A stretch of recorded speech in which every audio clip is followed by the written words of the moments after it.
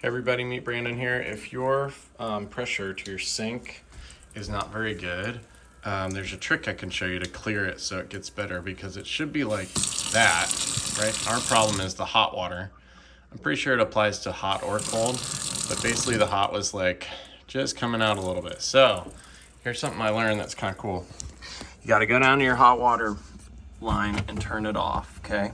You just spin it or twist it, depending on what kind of device you have. And then what you want to do is follow the line up to your sink. So this is the hot water, goes up to the sink. See the red?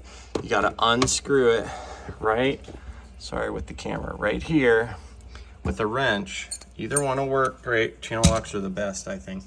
And then what you want to do is get a little basin or a pitcher that'll hold water, anything that'll hold water. Put your tube in here and then fluctuate the water, hot and cold, back and forth, and watch this. It'll shoot out water, and look at what came out.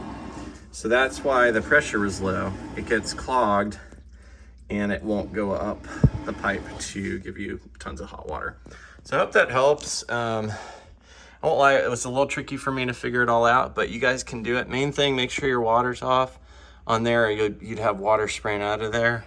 And then just flush it back from hot to cold and it'll come out real quick.